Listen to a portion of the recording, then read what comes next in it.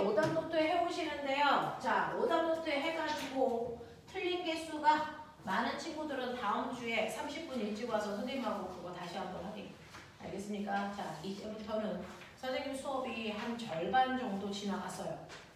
그러면 이제 서로 스타일은 좀 알았어요.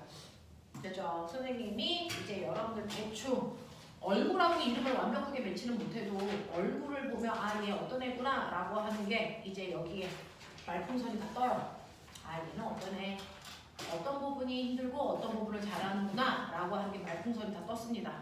그러니 다음 주에 질문할 것들 가지고 돼서 오시면 됩니다. 자, 그래서 항상 수업 시간보다 30분 일찍 질문할 거 있는 사람들 오시면 항상 선생님 앉아있거든요. 질문하시고 특히 틀린 개수 많은 사람들은요. 일찍 오셔서 선생님하고 그 부분 다시 확인할 수 있게끔 해주셔야 별도로 집에 전화해서 제시 봐야 돼요. 이런 얘기 서로 알아할 수 있는 게 좋은 거죠. 그래서 그렇게 할 수 있게끔 하시고요. 물리는요. 사실은 한 번에서 되는 게 아니고요. 반복을 좀 하셔야 되는 거예요. 그건 여러분들만 그런 게 아니고 모든 친구들이 물리는 반복합니다. 영재 지금 데뷔하고 있는 여러분들하고 똑같은 나이의 중2 아이들 지금 5층에 와서 자습하고 있는데 걔네들을 오늘 아침 10시부터 밤 9시까지 자습하거든요. 와가지고 하루 종일 그 시간 동안 과학 공부해요. 그 과학 공부라고 하는 것 중에 대다수가 물리를 하고 있어요. 대다수 시간을. 그리고 걔네들은 영재 시험을 내년 7월에 보는데 볼 때까지 똑같은 내용을 4번 반복합니다. 그리고 시험 봐요. 그러니 이렇게 물리를 한 번, 2번 해서 내가 이거 다 알 거야 라고 하는 건 여러분들 잘못된 생각이에요. 자, 보시면 이제 선생님하고요. 오늘 할 내용을 하죠. 시간이 별로 없네요. 40분 남았습니다. 자,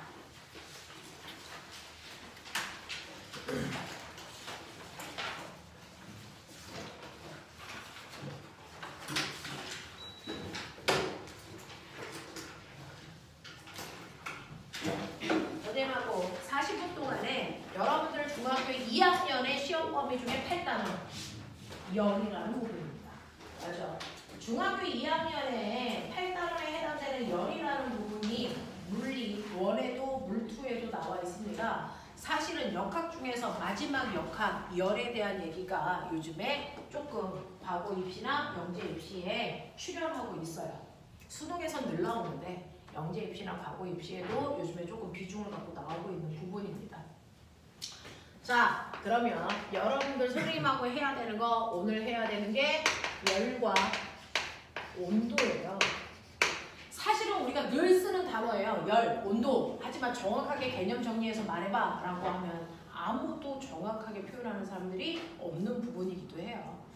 자, 그럼 그 중에서요. 여러분들 아직은 열이 뭔지는 정확하게 설명할 수 없지만 온도라고 하는 개념을 가지고 있다. 온도가 뭐야? 라고 하면 물질을 이렇게 칠판을 만지면 아 차가워! 이거 얘기하죠?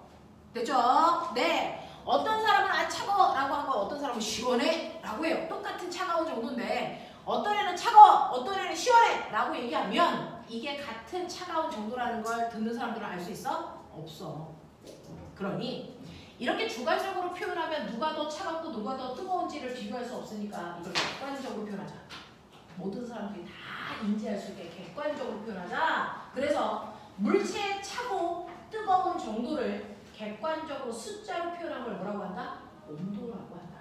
납득하겠습니까? 그래서 온도가 뭐예요? 라고 하면 물체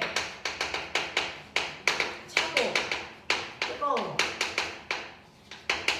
정도를 뭘로? 숫자로 표현한 거예요. 자, 물체가 얼마나 차갑고 얼마나 뜨거운지를 정확하게 숫자로 측정해서 나타난 값을 우리는 온도라고 합니다. 됐어? 자, 그러면 내가 이렇게 차가워 이거 측정했더니 이거를 10이라고 하는 온도체계도 있고요. 이거 40인데? 라고 하는 온도체계도 있어요. 지구상에서 나타나는 온도체계 지금 전 지구적으로 온도 몇 종류 쓰고 있어? 몇 개 쓰고 있어요? 3개요.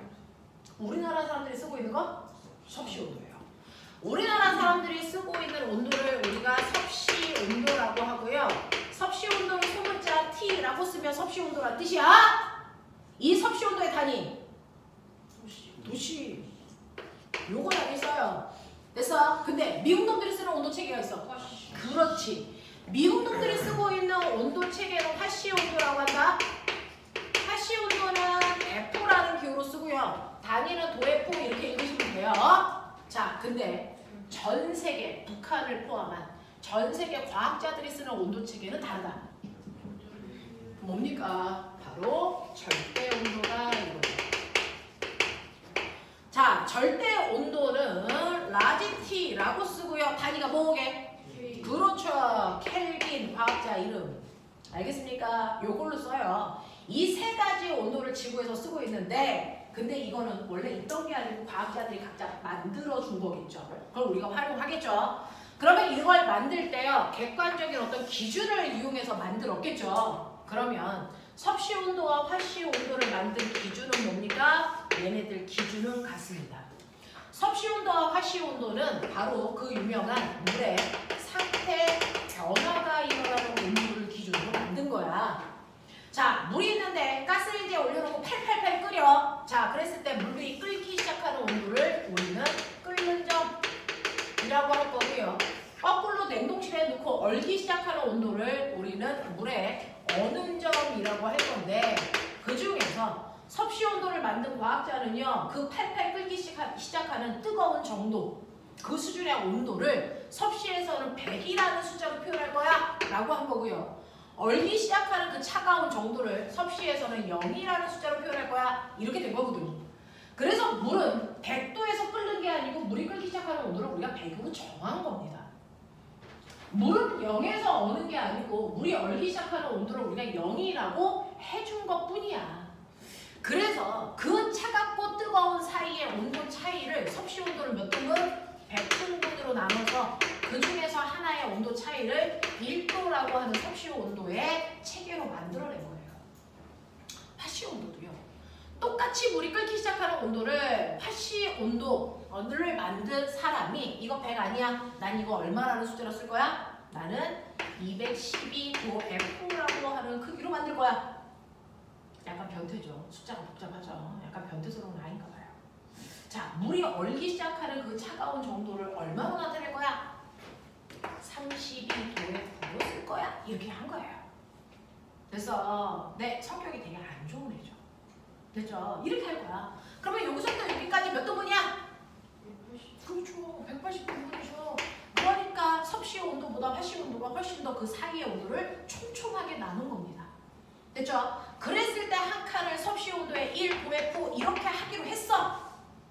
되겠냐? 이렇게 된 거야. 그래서 물은 100도에서 끓어. 그런데 미국 놈들은 아니야 212도F에서 끓어. 네가 틀려서 내가 맞았어 막 싸우면 그러다 병신인 거죠. 같은 온도를 얘기하는 거야.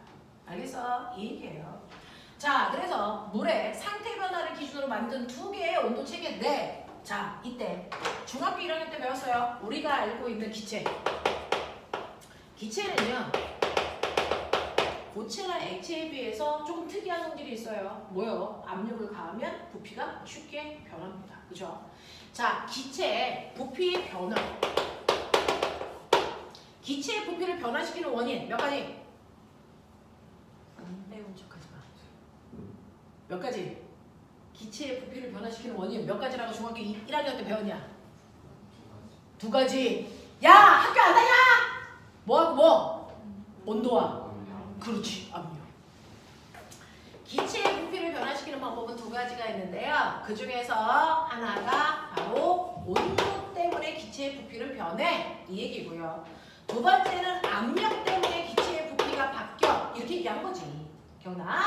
자, 그 중에서 온도가 높아질수록 부피 어떻게 된대? 네, 커져요. 무슨 관계예요? 네, 비례 관계예요. 이 얘기 누가 했어요? 샤를이요. 그래서 그 아저씨 이름 따서 샤를 법칙이요. 그래서 찌그러진 탁구공을 뜨거운 물에 넣었더니 탁구공이 펴지는 게 샤를 법칙 때문이에요. 알겠습니까? 네.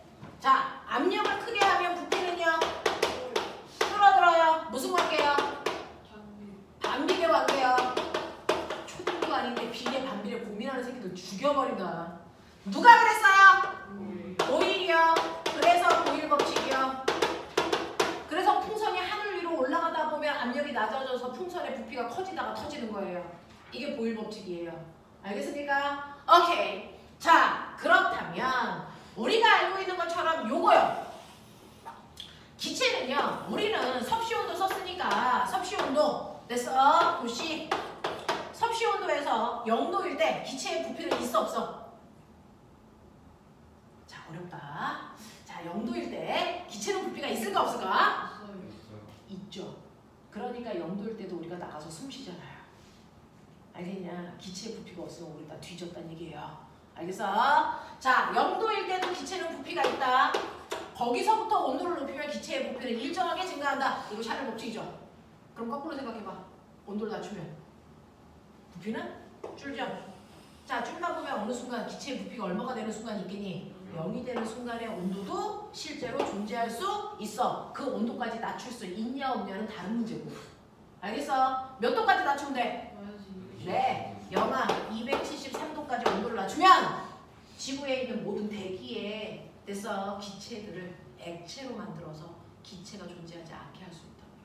알겠어? 이런 얘기야. 자, 그러면 아하, 이렇게 기체들은 온도에 따라 부피가 바뀌네. 기체의 부피를 0을 만드는 섭씨 온도도 존재하네. 근데 여기서부터 만약에 그래프를 새로 그리면 아까 너네가 얘기한 것처럼 온도와 부피가 정비례 관계를 만들 수 있겠네. 그러면 이 온도를 나는 기준온도 0켈빈이라고 할 거야 라고 해서 만들어진 온도가 바로 절대온도입니다. 되겠어? 그래서 절대온도는요, 이 기체들이 차지하는 부피를 기체가 움직여서 그렇대요. 그래서 기체들이 부피를 차지한대요. 그러면 기체들의 운동을 점점 줄여서 기체의 운동이 멈추는 순간 기체의 부피를 0 된다고 얘기한 거예요. 그래서 그 기체의 운동이 멈추는 순간의 부피를 0켈빈이라고 해서 기체의 운동, 에너지를 이용해서 온도를 만들어낸 거예요. 기체의 운동 에너지를 온도로 표현한 게 바로 절대온도입니다. 그래서 여러분들은 아직은 배우는 건 아니지만 굴러가는 어떤 물체요. 질량을 가지고 있는 어떤 물체가 굴러가고 있어. V의 속도로. 그랬을 때 얘 운동 에너지를 2분의 1 mv 제곱으로 구해 라고 지금 저한테 배웠는데 그럼 기체들의 운동 에너지는요? 기체도 움직이거든요. 근데 기체들은요, 이 공간 안에 기체의 개수 더럽게 많아요. 이거 운동 에너지 하나를 저렇게 집어넣어서 계산하면 머리털이 빠지죠. 기체들의 운동 에너지를 구하는 방법은 질량 몰라도 돼요. 속도 몰라도 돼요. 기체들의 운동 에너지는 2분의 3 KT라고 하는 방법으로 계산합니다. K는 상수예요. 됐어? 2분의 3도 상수고요. 이거 안 바뀌어요. T가 뭡니까? 절대 온도. 그래서 기체의 운동 에너지는 절대 온도에 비례하게끔 만든 온도 체계가 절대 온도예요. 그래서 절대 온도는 기체의 운동 에너지를 기준으로 만든 온도다. 그래서 우리는 모든 것들을 에너지라고 하는 역학의 개념으로 설명할 거니까 온도조차도 에너지의 개념으로 해석합니다. 그래서 우리는 절대 온도 쓴다. 알겠습니까? 이런 얘기예요. 그래서 기체의 운동 에너지를 기준으로 만든 온도가 바로 절대 온도입니다. 그렇다면 우리는 앞으로 절대 온도 쓸 건데, 와, 우린 그동안 섭씨 온도 썼었는데 이거 절대 온도로 바꿔야 돼요? 바꿔야 됩니다. 어떻게 해요? 자, 절대 온도는요 우리가 일반적으로 쓰는 섭씨 온도를 어떻게 하면 됩니까? 섭씨 온도에다가 273을 더하셔야 절대 온도 됩니다. 어떤 교과에서도 가르쳐주지 않는데 이제 화학과 물리에서는 절대 온도만 써요. 저거 어떻게 전환해요? 그거 정규 교과 과정에서 배울 게 없어요. 그냥 누구나 다 알고 있는 상식이었어야 되나봐요. 알겠죠? 그래서 말씀드립니다. 절대 온도는 섭씨 온도에다가 273을 더한 거예요. 자, 그러면 물이 어느 온도를 섭씨 온도에선 0이라고 하니까 0에다가 273을 더해보세요. 자, 그래서 우리 0도라는 걸 절대 온도로 표현하면 273 켈빈이라고 쓰시는 온도입니다. 자, 물이 끓기 시작하는 온도 100도요. 이걸 절대 온도로 표현하면 370 납득하길 바랍니다. 섭씨 온도에다가 273을 더하면 절대 온도 됩니다. 그러면 요 사이의 온도 간격 몇 간격? 얼마? 100이죠. 100등분이네. 그러면 섭씨 온도하고 등분이 똑같네? 똑같아요. 그래서 섭씨 온도의 1도 간격과 절대 온도에서의 1켈빈 간격이 똑같아서 섭씨 온도에서 10도 바뀌었어? 절대 온도에서도 10켈빈 바뀌어요. 알겠습니까? 온도 변화량은 똑같습니다. 이렇게 되는 거. 이렇게 되는 거. 그래서 지구상에서는요. 온도체계 이렇게 3개 쓴다. 어디 가서 안쪽하십시오. 섭씨 온도, 하씨 온도, 절대 온도. 이제 과학에서는 절대 온도밖에 안 씁니다. 모든 온도를 섭씨 온도로 줘도 절대 온도로 바꿔서 대입하셔야 됩니다. 알겠습니까? 자, 그러면 이런 식으로 우리의 물질의 차고 뜨거운 정도를 내가 숫자인 온도로 표현했어. 자, 그래서 각각의 물질마다 온도를 쟀어요. 그래서 우리가 한동안 한 4년 전만 해도 맨날 체온 쟀잖아. 그래서 온도 쟀단 말이죠. 자, 이렇게 온도를 쟀더니요. 온도가 서로 다른 물질 두 가지를 접촉하게 했습니다. 하나는 80도의 뜨거운 물, 하나는 20도의 차가운 물, A와 B. 이거 접촉했어. 어떤 일이 발생할까요? 온도가 같아질 때까지 무슨 일이 발생하죠? 갑자기 80도와 20도 온도가 다르는데 온도가 같아져요. 시간이 지나면. 그때까지 무슨 일이 일어날 거야? 열이 이동합니다. 어디에서 어디로? 뜨거운 데서 차가운 쪽으로. 거꾸로 갈 수 있어 없어? 이거 불가능하다고요. 그래서 열은 이렇게 온도가 다른 두 물질을 접촉하는 순간 반드시 뭐가 일어난다? 열의 이동이 일어나기 시작합니다. 근데 이 이동 방향은 무조건 정해져 있어요. 고온의 물질에서 저온의 물질 쪽으로 열은 일방적으로 이동합니다. 거꾸로 절대로 갈 수 없습니다. 알겠습니까? 이런 식으로 열이 이동하다 보면 이제 너네가 느낀 것처럼 뜨거운 물질은 열을 준 만큼 온도가 점점 낮아질 거겠죠. 차가운 물질은 열을 받은 만큼 온도가 점점 높아지겠죠. 그래서 시간이 지나면 둘의 온도가 뭐 해질 겁니까? 같아질 겁니다. 됐죠? 그 온도가 같아진 순간을 우리 뭐라고 한다? 멋진 말. 그렇죠. 열평형이라고 한다. 선생님하고 기말고사 대비하고 있는 중이죠. 됐어? 그래서 열이 이동해서 열평형 상태가 될 때까지 열은 이동합니다. 됐죠? 열평형이 되면 열 이동하니 안 하니? 안 해요. 온도가 같아질 때까지만 열은 이동, 같아지면 더 이상 이동 안 해. 이 얘기예요. 됐죠? 자, 근데 열이 무방비 상태로 아무렇게나 이동하는 게 아니고요. 고온에서 저온으로 일정한 방향으로만 열이 가고 있다라는 얘기입니다. 되겠냐? 그러면 이때 이동한 열의 양이 얼마야? 그거 뭐라고 해? 고온에서 저온으로 이동한 열의 양. 이걸 멋진 말로 줄여서 뭐라고 해요? 고온의 물질에서 저온의 물질 쪽으로 열이 이동했어요. 그걸 열량이라고 하죠. 알겠어? 그래서 열량이 뭐야? 라고 하면 고온의 물질에서 저온의 물질 쪽으로 이동한 열의 양을 열량이라고 한다. 그 열량을 물리에서 뭐라고 해요? 열량은 화학에서 쓰는 거. 물리에서는 열 에너지. 그걸 우린 줄여서 뭐라 그러니? 열이라고 한 거예요. 됐죠? 그래서 열이 뭐예요? 라고 하면 고온의 물질에서 저온의 물질 쪽으로 이동한 에너지를 열이라고 한다. 알겠냐? 뜨거운 데서 차가운 쪽으로 이동한 에너지야. 열도 에너지야. 자, 뜨거운 물질에서 차가운 물질 쪽으로 이동한 에너지를 열에너지 또는 열량 또는 열. 알겠습니까? 이렇게 한 겁니다. 그래서 이 열이라고 하는 건 사실은 열에너지구나. 사실은 열량이구나. 고온의 물질에서 저온의 물질 쪽으로 이동한 에너지를 얘기하는 거구나. 알겠어? 네, 에너지가 단위가 뭐겠냐? 에너지의 단위, 이 새끼들 뒤진다. 에너지 단위. 줄. 열량의 단위는? 너네 열량의 단위. 저 오늘 짜장면 먹었어요. 짜장면의 열량이 얼마인 줄 아세요? 단위가 뭐야? 킬로칼로리. 칼로리. 그래서 네, 열량의 단위는 킬로칼로리, 칼로리인데 에너지 그죠? 선생님 열량의 단위는 킬로칼로리, 칼로리인데 에너지의 단위 줄인데 그러면 1킬로칼로리가 1줄인가요? 말해! 1킬로칼로리가 1줄인가? 아닌가? 얼마인가?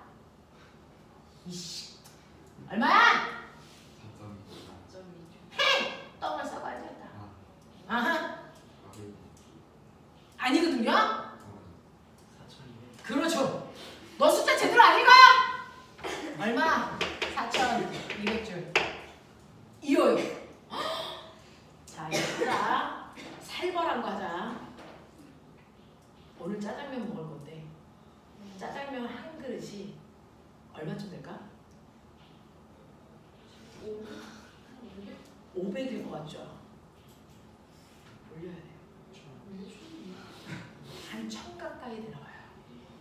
그리고 너네는 짜장면 먹을 때 국물도 먹고 곱빼기 시킬 거잖아.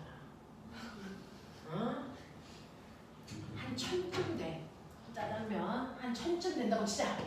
그러면 우와 저 다이어트 중인데 짜장면 먹었는데 1000kcal래. 이거 먹으면 얼마만큼의 에너지가 내 몸에 들어오는 거냐? 3.2 곱하기 10의 6승 줄만큼의 에너지를 제가 섭취한 거죠. 그러면 이거 다 소모해야 살이 안 찌죠. 안 그러면 여기에 붙죠. 그죠? 자 그러면 너의 몸무게 그죠? 자 나는 이거 소모하려고 계단 올라갈 거야. 몇 계단을 올라가면 될까? 이거 하면 되겠죠? 올라가는 거니까 중력이 아니에요. 맞냐? 저는 몸무게가요? 자 올라가. 너네 얼마야? 저는 몸무게가 얼마라고 할까? 60kg이에요. 60kg이니까 한 600N 이렇게 가면 되겠죠? 600N인 아이가 얼마를 올라가면 이것만큼 일하겠냐? 이 정도면 산소 아니야? 말랑하네?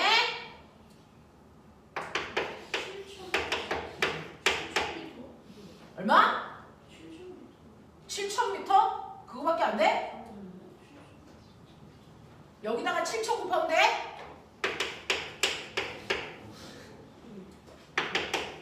(6, 7, 2, 42) 하나 둘 셋 넷 다섯 맞다? 되죠? 네 7,000m 올라가면 된대요. 자 그러면 우리 건물 한 층 사이의 간격 3m. 우리나라 건축법상 한 층 사이의 높이, 층간 높이를 3m 잡아요. 알겠습니까? 자 그럼 나눠. 7,000m를 나눠 이 새끼야. 3m로 몇 층이야? 뭐가 어야? 몇 층이야? 얼마? 몇 층? 2,000?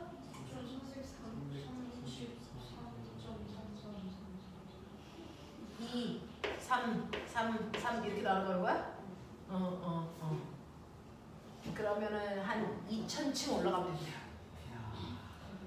짜장면 하나 먹고 63빌딩 왕복을 여러 번 하시면 되겠죠. 선생님 저번에 여기 엘베가 고장나서 멈췄었거든요. 요즘에 우리 건물 엘베가 가끔 멈춥니다. 근데 여기서 선생님 수업을 5층에서 하거든요. 5층까지 올라가서 1교시 휴강했어요. 숨을 쉴 수가 없더라고요. 그렇더라고요. 너무 힘들었어요. 선생님 집은 8층인데요. 가끔 그 아파트에서 엘리베이터 점검할 때 모르고 용기롭게 우리 강아지랑 산책 나왔다가 산책 끝나고 딱 올라가려고 할 때 엘리베이터 점검 뜨잖아요. 그럼 우리 강아지하고 8층을 걸어 올라갔다가 우리 강아지 비글인데 몸무게 12kg. 걔가 8층을 한꺼번에 못 가더라고요. 중간에 3번 쉬더라고요. 저희 같이 좀. 그러고 나서 애가 산책 가는 거 별로 안 좋아하게 됐어요. 그런 거죠.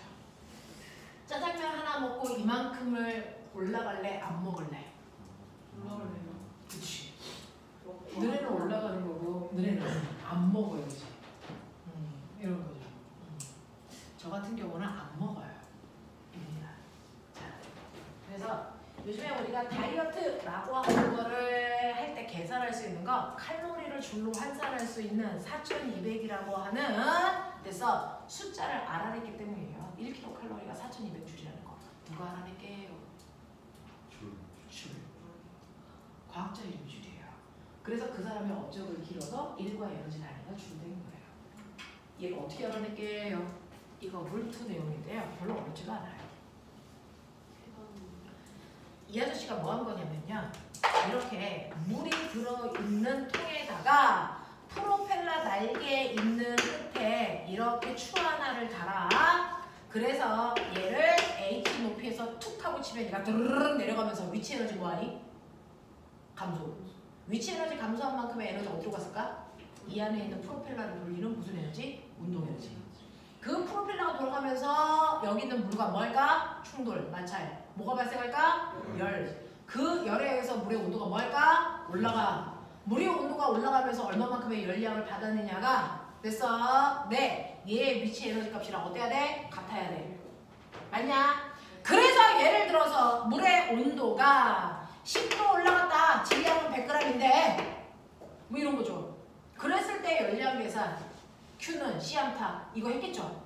됐어? 그래서 만약에 1kcal의 열량을 얘가 받았네? 근데 이거 감소한 에너지는 100줄이네? 뭐 이런 식의 계산을 했다면 1kcal는 100줄이야 라고 하는 이 값을 얻어내죠. 이런 식으로. 됐어? 그래서 네 줄이라는 과학자는요 1kcal가 그래서 4,200줄이야 라고 하는 숫자를 확인한 겁니다. 이거를 우리가 열의 일당량 이라는 이름으로 부르지만 이름은 굳이 몰라도 돼요. 1kcal는 4,200줄이야. 그럼 머리 있는 척해. 1칼로리는 몇 줄? 4.2줄.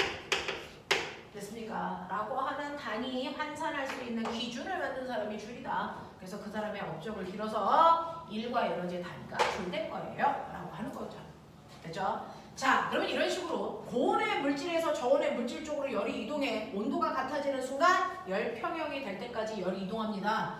이때 이동한 열 에너지를 우리는 쉽게 열량이라고 하는 거지만 사실은 얘가 열 에너지라고 하는 우리가 부르는 열이다.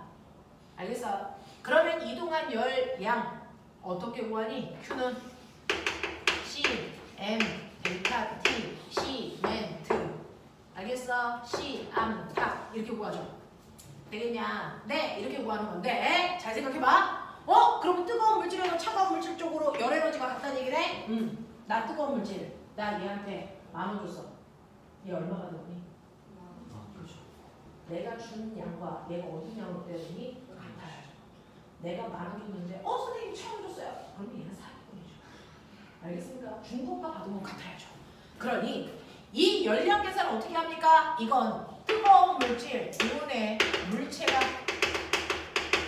이런 열량이나 저온의 물체가 얻은 열량은 같다. 이렇게 놓으면 계산이 되는데 그 중에서요 이 열량 계산할 때 C 5개 비열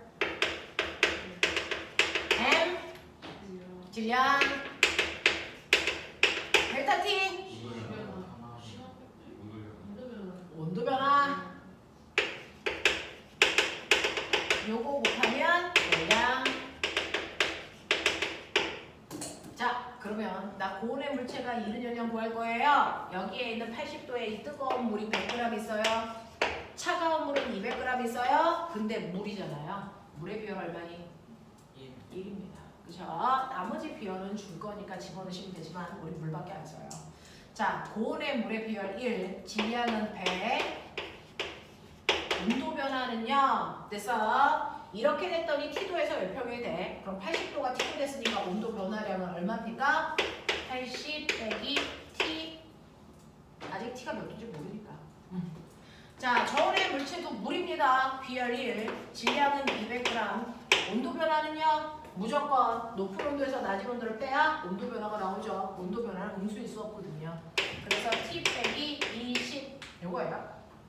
근데 이 양이 같아야 되니까 머리 있는 척 하세요. 날리시면 되겠죠. 그러면 80-T는 2T-40 넘길게요. 3T는 120, T는 얼마?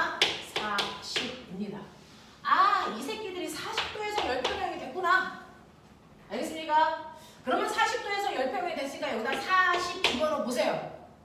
그러면 여러분들이 보시는 것처럼 이 뜨거운 물체가 이른 연량이 얼마인지 계산되겠죠? 네. 40 곱하기 100 얼마? 4000입니다. 근데 여러분들이 질량을 뭐로 넣었어요? 그람 단위로 넣었죠. 질량을 그람으로 넣고 계산하면 연량 단위는 뭐로 나옵니까? 칼로리. 그래서 질량을 킬로그램으로 바꿔서 넣었으면 연량 단위는 킬로칼로리. 알겠습니까? 이렇게 돼요. 그래서 뜨거운 물체가 4000칼로리, 다시 말해서 4kcal의 열량을 잃었구나. 그러면 차가운 물체도 4kcal의 열량을 얻은 겁니다. 알겠어요? 이런 식으로 열량 계산합니다. 자, 그러면서 여기까지는 중복 내용인데 사고력 좀 보죠. 자, 꼬맹아, 이 그래프 그릴 때 X축이 뭘 것 같아요? 시간이죠. 자, 시간에 따라서 물의 온도 변화를 그래프로 예쁘게 그렸는데요. 온도에 따라서 열평형이 될 때까지 온도 변화 그래프 그려봐 라고 했을 때 우리 상식을 가지고 있는 대부분의 친구들이면 이렇게 그리지 이렇게 그리지는 않습니다. 80도, 20도, 열평형 온도 40도 이런 그림을 그리는 사람들은 별로 없어요. 아예 없진 않을 수도 있어요. 여기 이제 누군가가 있을 수도 있으니까. 이렇게 그리진 않죠. 이렇게 그리죠. 뭔 차이야? 라고 하면 이렇게 그리면 매 순간 이동하는 열의 양이 어떻다는 거니? 같다는 얘기야. 그래서 네, 근데 X축이 시간이라 그랬잖아요. 자, 1분 간격으로 자른다 생각해서 여기 1분 간격, 분 간격으로 이렇게 잘라보시면 1분 동안 이동한 열의 양이 이제 눈에 보여야 되는 건데요. 자, 그죠? 맨 처음에는요, 똑같은 1분인데 얘 온도가 80도에서 요만큼 떨어질 정도로 요만큼의 열이 순간 확 간 겁니다. 근데 열평형 되기 직전 1분 동안 보면 얘 온도가 이만큼이었다가 요만큼 될 때까지 같은 1분이지만 열이 요거밖에 안 움직인 겁니다. 그러면 열이 이동할 때요, 같은 시간 동안에 이동한 열의 양은 매 순간 같다 다르다? 매 순간 달라집니다. 그래서 얘가 온도 변화가 곡선으로 나타납니다. 이렇게 직선이 안 돼요.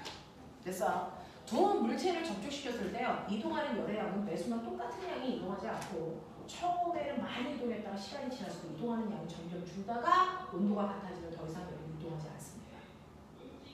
그러면 열의 이동량을 결정을 합니까? 왜 처음에 열을 확 움직였다가 나중에는 움직이는 양이 점점 줄까요? 열을 이동시키는 원동력은 뭘까? 네. 물질 사이의 온도차입니다. 물질 사이의 온도차가 열을 미는 견인차가 됩니다. 그래서 온도차가 많이 나면 같은 시간 동안에 열이 많이 이동할 거고요. 온도차가 줄어들면 이동하는 열의 양이 줄 거고요. 그래서 온도가 같아지면 더 이상 열을 위로 안 밀어? 그래서 열이 이동하네. 알겠습니까? 그래서 열의 이동은 두 물질 사이의 온도차에 의해서 생긴다라는 겁니다. 이해하겠어? 이런 얘기. 자, 그래서 이런 식으로 열이 이동을 하게 되면서 열평형이 될 때까지 열이 이동합니다. 물론 중학교 때는 열을 이동시키는 방법에는 대류, 전도, 복사 있어. 뭐 이런 것들을 중학교 때 배우시면 되고요. 이런 식으로 열이 이동해서 열평형이 돼서 열량을 여러분들이 계산하는 것까지 아셨는데 여기까지는 여러분들이 중학교 내용 혹시 까먹었을까봐 복습해 드린 거고 이제부터 보시면 그러면 이러한 열 에너지도요 뭔가 다양한 활동, 일 같은 것들을 합니다. 그래서 열이 가지고 있는 특수성을 정리한 걸 우리가 열역학이라고 하더라. 열역학 법칙. 그래서 자, 열이 가지고 있는 역학적 특징을 정리한 걸 열역학 법칙이라고 하는데요. 열역학 법칙에 몇 가지 있을까? 열역학 법칙에 세 가지가 있어요. 열역학 법칙은 세 가지가 있는데 그 세 가지 중에서요. 열역학 제1법칙이고요. 열역학 제2법칙이고요. 그 다음에 발견된 게 열역학 제3법칙이라고 하기엔 내용이 너무 허접해. 그래서 열역학 제0법칙이라고 한 거예요. 그래서 네, 그래서 연력학 법칙이 제0법칙부터 제2법칙까지 세 가지가 있어. 그 중에서 연력학 제0법칙은요, 사실은 누구나 인정하는 내용들. 자, 연력학 제0법칙은요, 그냥 제0법칙인데 저는 머릿속에 열평형법칙이야. 저는 이렇게 머릿속에 정리해놨어요. 이 이름은 없습니다. 자, 연력학 제0법칙은요, A와 B의 온도가 같대요. 근데 B와 C의 온도가 같대요. 그렇다면 우리가 내릴 수 있는 결론, 반드시 A와 C의 온도 뭐 해야 된다? 같을 것이다. 이게 연력학 제0법칙이에요. A와 B의 온도가 같고 B와 C의 온도가 같다면, 됐죠? A와 C의 온도는 반드시 같아야 된다. 이걸 국어에서는 3단 논법이라고 얘기하고요. 물리에서는 연력학 제0법칙 이렇게 얘기하는 겁니다. 그죠? 자, 그 다음에요. 연력학 제2법칙은 바로 열이동법칙이에요. 지금 막 했던 게 연력학 제2법칙입니다. 열은 반드시 고온의 물질에서 저온의 물질 쪽으로만 이동해 거꾸로 가는 일은 존재할 수 없어 라는 겁니다. 열은 항상 고온에서 저온으로만 가죠. 거꾸로 가는 일은 절대 존재할 수 없다. 그래서 이걸 설명하는 거야.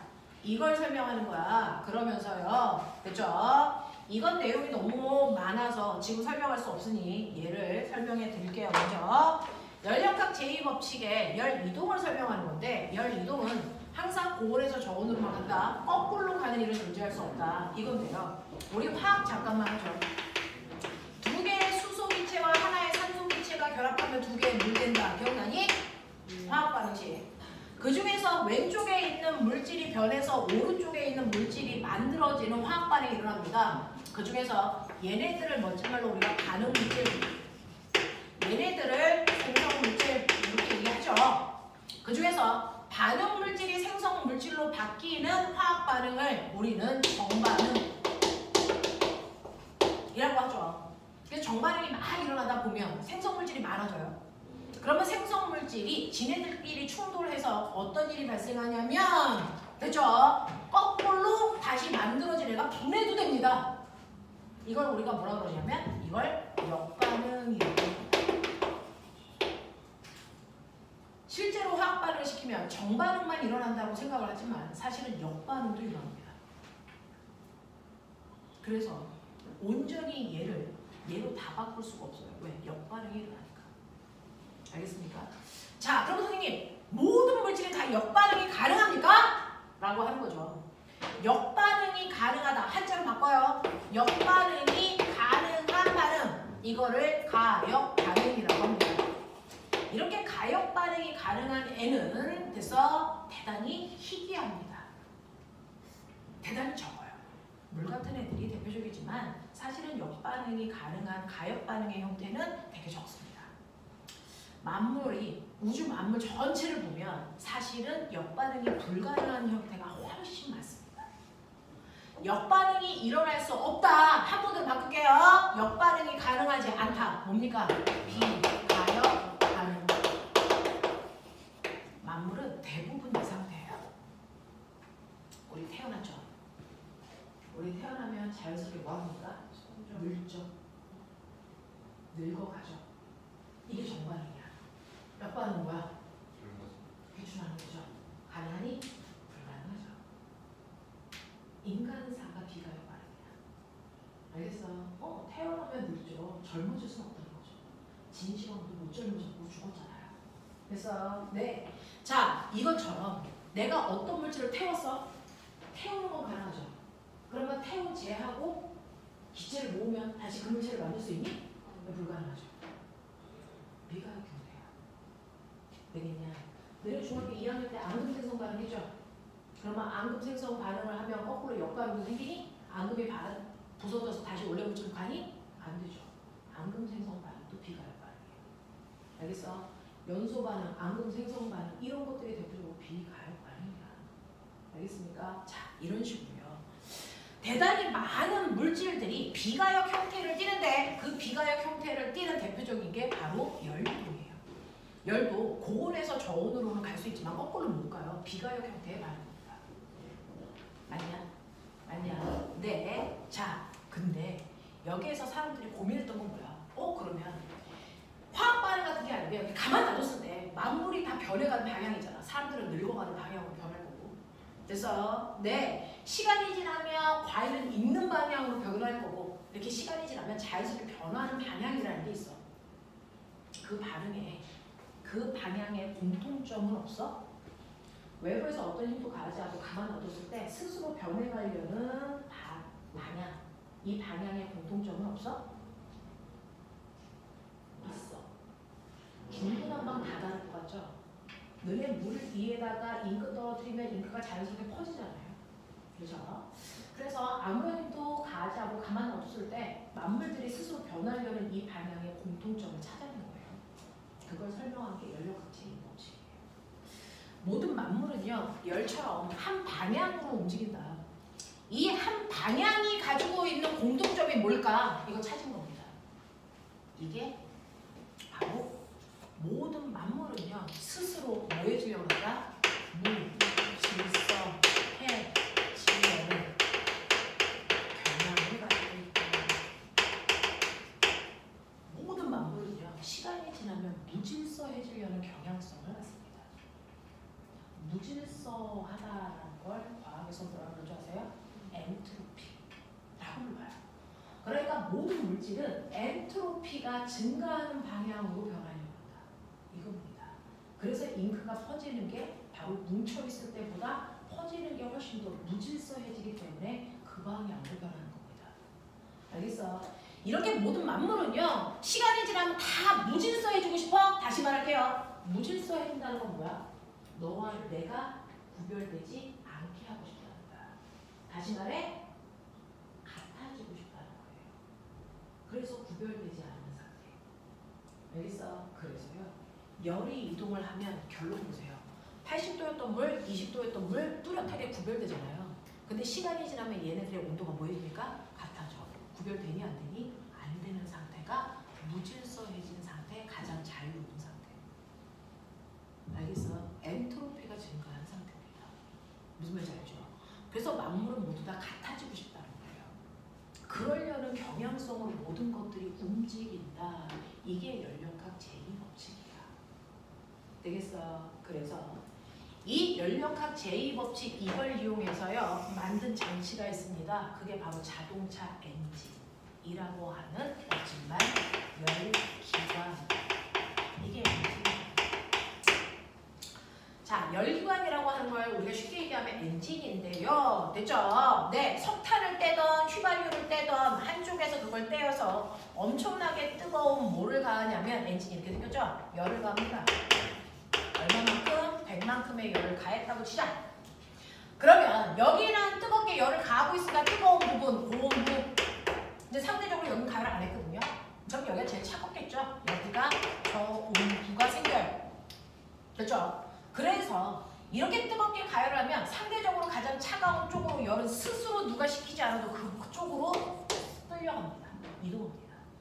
그래서 열에 이동하는 방향이 생기고 그 열이 이동할 때 그 중에 일부를 뽑아다가 뭐하니? 바퀴를 돌리는 이동입니다. 얼마만큼? 20만큼 일했다고 치자. 그럼 밖으로 나간 거 얼마니? 80 나가죠. 왜? 열 에너지 보존되니까. 에너지 보존 법칙.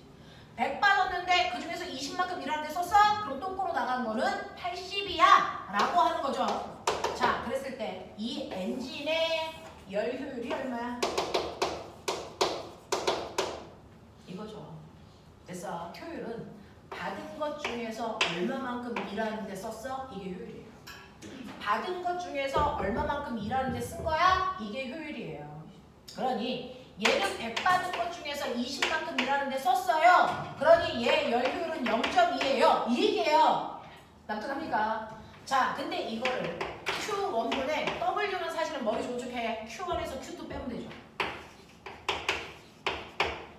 맞아. 이거를 수학자들은 뭐라고 씁니까? 계산하겠죠. 1-Q1분의 Q2라고 하겠죠. 형태는 다 다르지만 같은 열을 구하는 다양한 방법인 거죠. 됐죠? 이런 식으로 해서 엔진의 열 효율을 구한다. 그러면 우리 과학자들이 할 일이 뭐다? 어차피 에너지는 한정되어 있는 에너지를 우리가 쓰는 거기 때문에 열 효율을 높이는 게 가장 좋다. 그러면 열 효율을 높이면 얼마까지 높일 수 있다?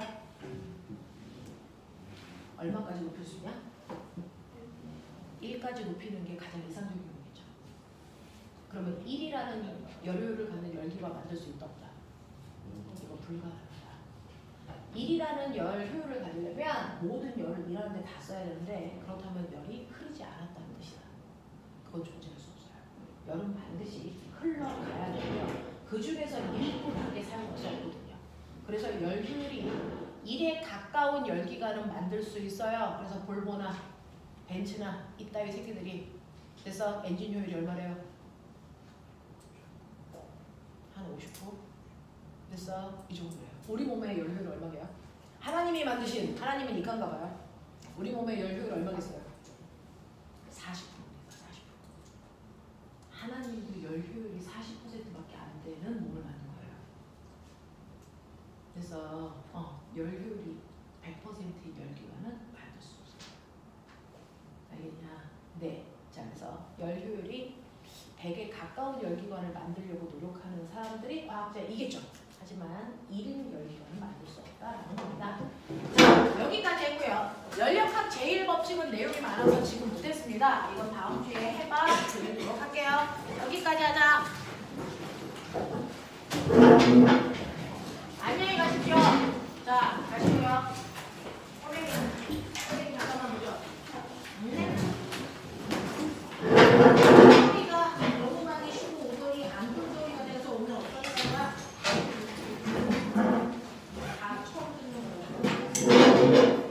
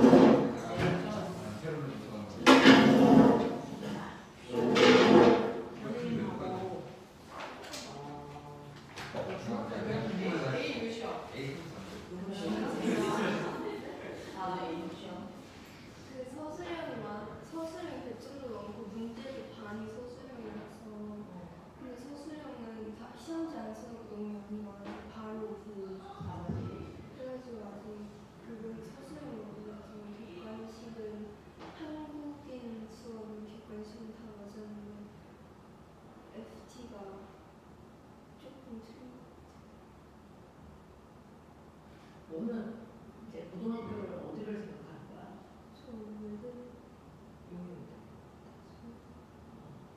용인 외대고고 생각을 하는 건데 용인 외대고고에서 진로를 어느 쪽으로 쓸까?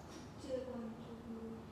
그러면 근데 국제관 쪽으로 이제 용인 외대고고 그쪽으로 쓴다고 쳐도 진로는 저는 외교관이 될 거예요. 뭐 이렇게 써야 될 거잖아 자소서에. 미국 대학 자체를 외국으로 가서 의대 쪽으로 생각을 하는 거야.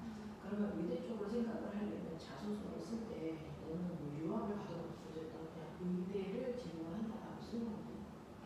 진로가 그렇게 되는 거고.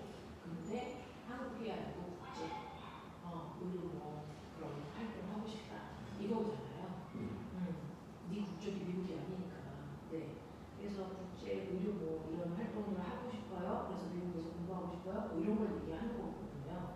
그러면 자소서 때 그거가 관련된 다양한 중학교에서의 학습 활동 이런 거 쓰는 거거든요.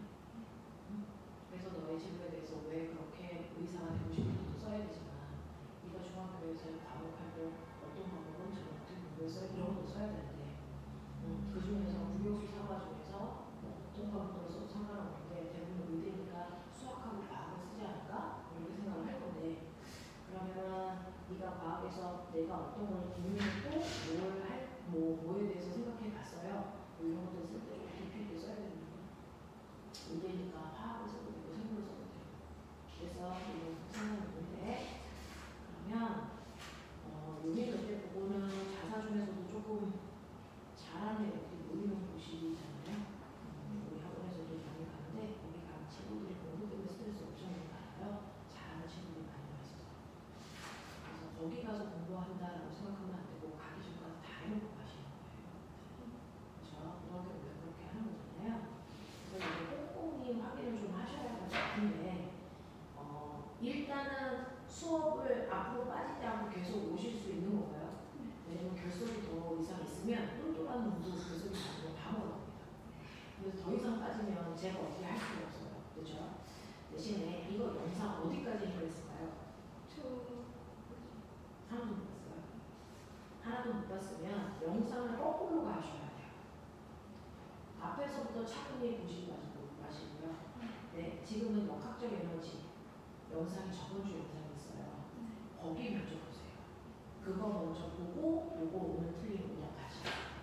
그죠? 그렇게 보셔야 됩니다. 이렇게 해서 다음 주까지는 역학적 에너지에 대한 영상 보고 오늘 시험 보고 오답 배우기. 이거 하셔야 되고요. 오늘 연료하게 해당되는 거 문제 다 설명 못해서 그거는 숙제 안 해드릴 거거든요. 그러니까 다른 친구들도 오답하라고 그러니까 자기는 영상 보고 오답하는 거. 그래서 한 주에 영상 하나씩을 전부 해결하셔요. 여기서 그렇다고 학원에서 볼 시간은 없으니 그거 좀 보고 오시고 영상에 해당되는 질문들 조금 오늘보다 조금 더 일찍